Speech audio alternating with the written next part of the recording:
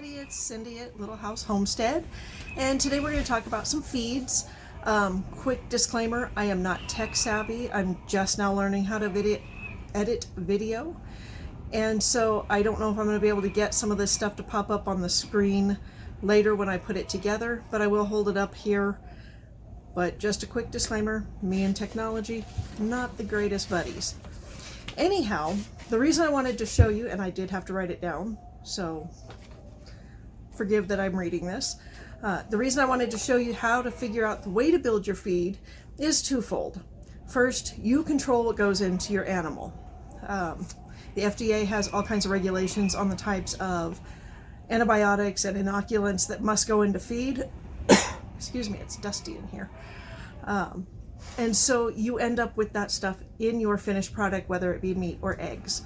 So if you don't want the inoculates and the antibiotics and other things that the FDA requires get put into it, it's a great thing to make your own feed.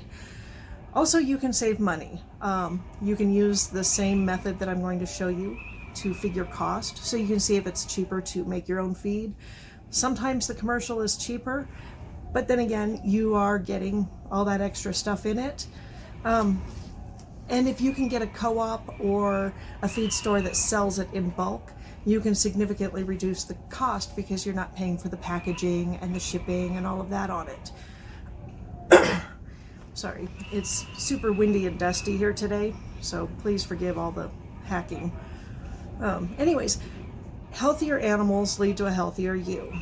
So let's talk about getting some healthier animals.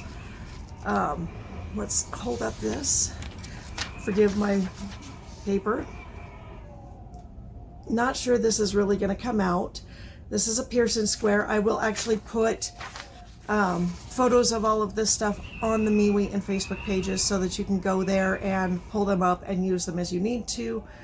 But basically I did a 14% protein because most animals base it on protein. This one that I did was for some pigs at 14% protein, so it uses soybean meal, which is high in lysine, which is the Jurassic Park chemical that, you know, it's the amino acid that they said they took out of the dinosaurs.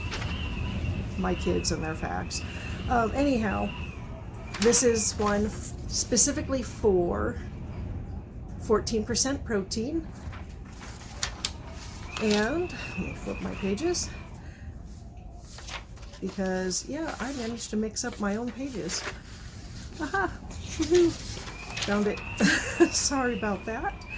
Anyways, you're going to take X, which is your solution. That's with the protein amount that you want, and you're going to put it as the middle of your square. And then A and C are the two top corners, and B and D are your two bottom corners. You're going to add or subtract depending on whether A is higher than X or lower than X. If it's higher than X, you subtract X. If it's lower than X, you add it to X. So that way, and then it also goes across for B to D because they go in a diagonal when you do them. So then you go ahead, and now I move the page because, hey, why not? Anyways, this is what it ends up looking like. And so then you have how many parts. You've got 45% in soybean meal of protein, and in corn you've got 10%. So then you take the 10, and it's obviously lower than 14, so you subtract the 10 from the 14, and you end up with 4 parts of corn necessary. With the soybean meal, it's 45% protein, which is higher than the 14, so you subtract it to bring it down to 31 parts of soybean meal, and that's a total of 35 parts to make this grain. I take my grains, I get them in measured batches. It's a lot easier that way, and then I can take out, however, if I want to do it by pounds or tens of pounds or hundreds of pounds, and then I can put them into a 55-gallon drum, roll it on the ground, and mix my parts together so that the feed is well mixed, and then I can go ahead and feed. You can also do this so that you can calculate whether or not something is actually cheaper. Now, this gets into percentages, and I have to admit that I suck at doing percentages, so I cheat and I use an app to figure percentages on my phone because, yeah, math sucks. Anyhow, you can take, this is old prices, this is not the current prices, where 7% corn is 6 cents a pound. And so you're going to figure out how many parts you need of everything. At 29 parts of corn is 85% times 6 cents a pound is $5.10. And this one is cottonseed meal, and that one is 41% protein. You need 5 parts, which is 15% of the mix at 9 cents, so it's $1.35.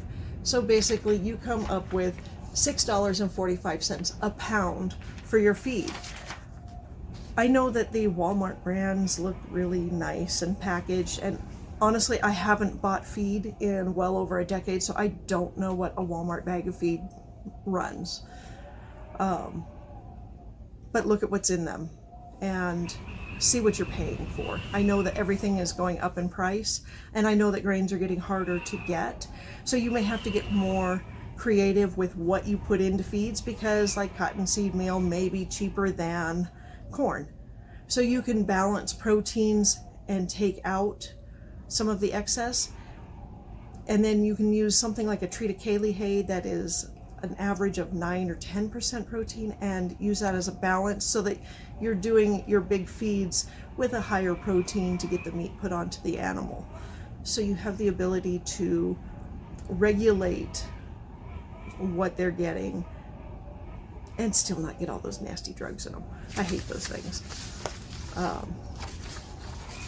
I'm going to put on the MeWe and Facebook page also some photos that I have of different protein and dry matter and all of the other things that you can calculate for. I'm going to put some photos of what each item has in them on the Facebook and MeWe page so that you can go ahead and do that.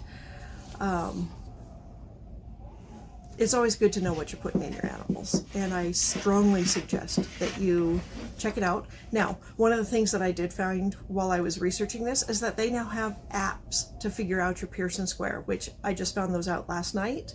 I played around with them, checked them out, and did different stuff and checked the math on them, and they work great. You cannot figure cost with them. That is the only downside.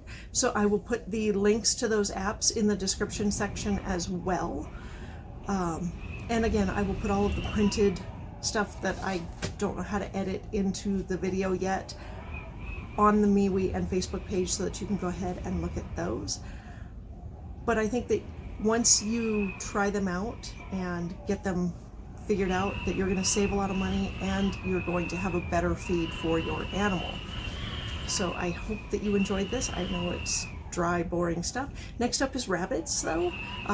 If this horrible wind doesn't stop, it's going to be an inside video.